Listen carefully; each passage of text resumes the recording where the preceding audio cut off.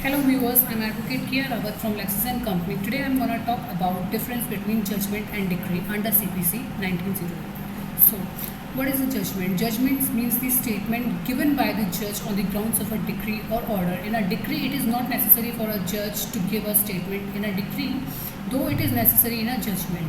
Second, judgment has been defined under Section 2 subclause 9 of the Code of Civil Procedure 1908. Decree stands for defined under Section 2 subclause 2 of CPC 1908.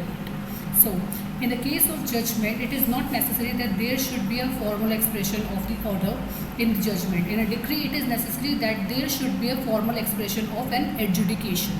Then, judgment is a stage prior to the passing of a decree or order. The decree is followed after the pronouncement of the judgment. Then, judgment is based upon the facts of the case. A decree is based upon the judgment. Whenever any judge passes the judgment, it passes on the basis of the facts of the case. But when the decree is passed, it is passed only on the basis of the judgment. So, this is the main difference between the judgment and the decree. Then, judgment doesn't have any kinds. Decree has three types. First one is preliminary decree, second one is final decree, and third one is partially preliminary decree or partially final decree. These are the three types of decree. Now, I'll conclude over here. So in the conclusion part, I'll let you know about decree is always followed after pronouncement of the judgment. So it can be said that judgment is a set, that decree is a subset. A decree can be of three kinds, which are preliminary decree, final decree, or partly preliminary or partly final. Only civil cases decree is passed. In criminal cases, a decree cannot be passed. The procedure of execution of decree is given under Order 21 of CPC. Now, there were like many modes of execution. For example, by attachment of your property, detachment of your property. There are many sort of things in that.